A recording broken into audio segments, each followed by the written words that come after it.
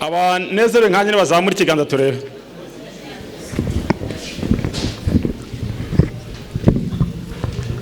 Dufite twese impamvu nyinshi zidutera kunezerwa.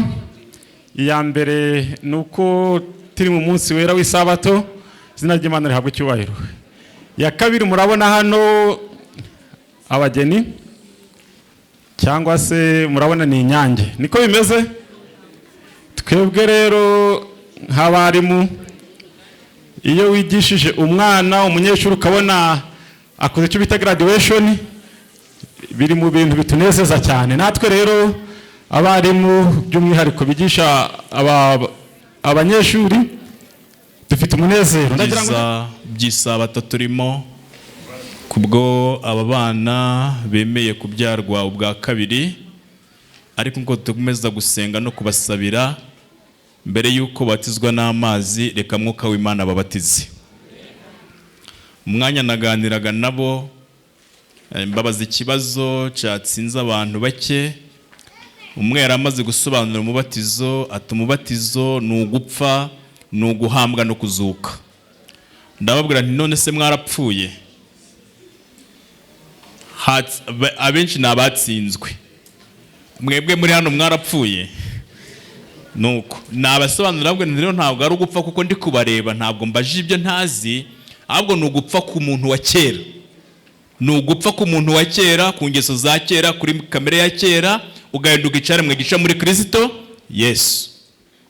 Ubwo rero bamaze kubisobanukirwa baje kwihana, baravuga bati ubwo turabisobanukiwe, twarapfuye.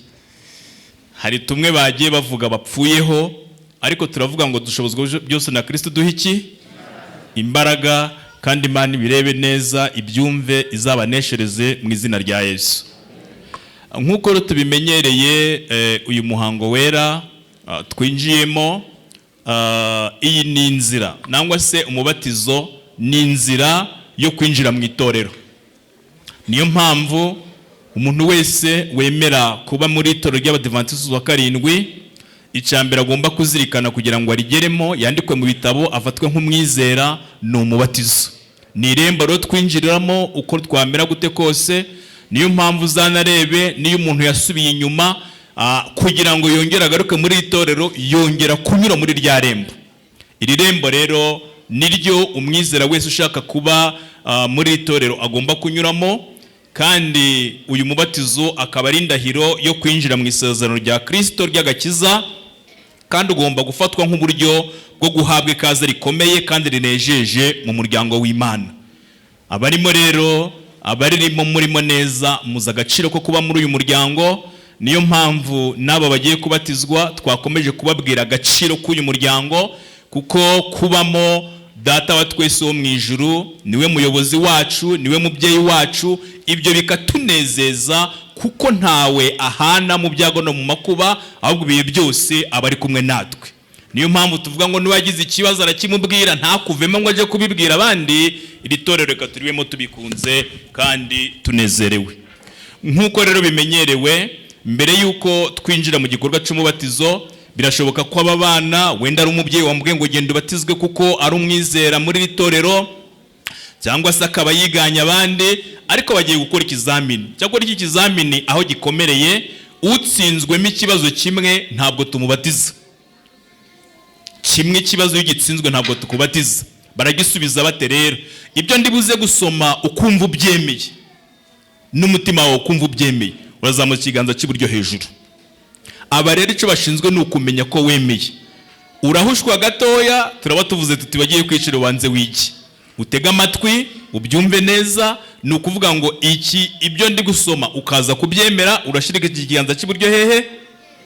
Niwumva utabyumva, wifate gutya. Sibyo? Kwiye guhamya ko bemera amahame shingiro y'iryo torero ry'Abadivantisiti wa karindwi ryizera. Ibyo rero bikagaragariza imbere y'itorero ryose, niyo mpamvu twabashize hano imbere.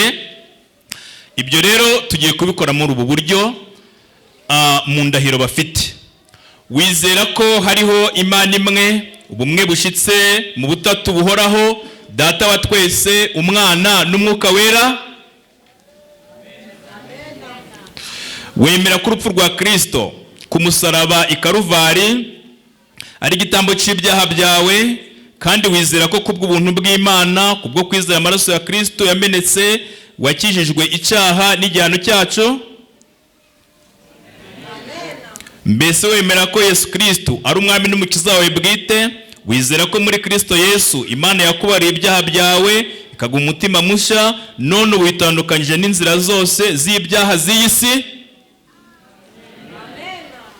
Mbese wemera kwakira gukiranuka kwa Kristo bwo kwizera umuvugizi wawe umuturo bwo mu ijuru, kandi wemera isezerano rye ry'ubuntu wihindura n'imbaraga yo kugira imibereho yuje urukundo kandi yubakiye kuri Kristo mu muryango wawe ndetse n'imbere y'abatuye isi bose? Mbese wizera ko Bibiliya ari ijambo ryahometswe n'Imana? Wizera ko ariyo yonyine abakristo bakwiye gushingiraho kwizera n'imikorere byabo? Urasezerana kujugira igihe utanga cyo gusenga no kwiga Bibiliya?